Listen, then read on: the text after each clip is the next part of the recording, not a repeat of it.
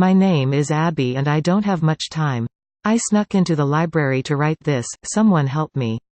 I've been given to a cult by my crazy mother. She said she hated me and I said I would run away. The next day she forced me into her car and took me to a farm. This farm was peaceful. There was a big red barn and people picking fruit from trees and bushes singing to themselves contentedly. A man walked up to our car and began speaking foreign tongues to my mom. I thought this man was crazy and then my mom started replying in the same language. I sat there, paralyzed with shock until the man came around the car and opened my door. "Go with him," my mother said to me. I couldn't move. I was shocked and scared. Suddenly he yanked me out of the car. I screamed for my mom to help me and thrashed, but people ran over and helped pull me out until suddenly something hit my head and everything was dark. I awoke tied up on cement ground and thin wooden walls.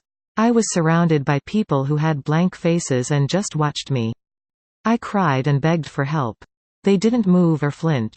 I was scared and suddenly the man who pulled me out of the car entered the circle and put his hand on my shoulder.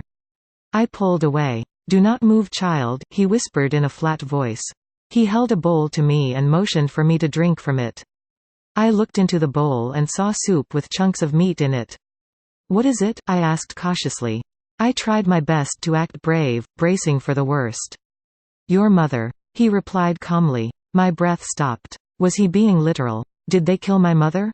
Surely not, perhaps it was just some food my mother gave to them. I still shuddered. He put a wooden spoon into the bowl and it nudged a tomato? It rolled over and horrifically I saw my mother's eye bright blue.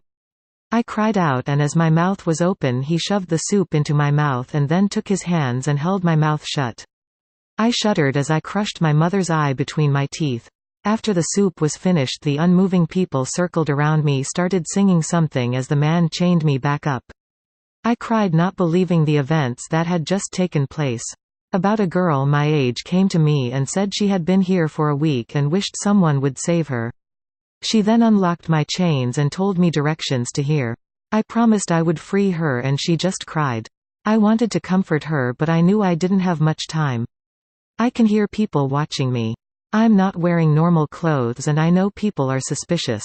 He's behind me, someone come help us. The barn is at AIORRRRRRRRB 132 FKJLV, RGFIPODJV, LOFPI GFCV.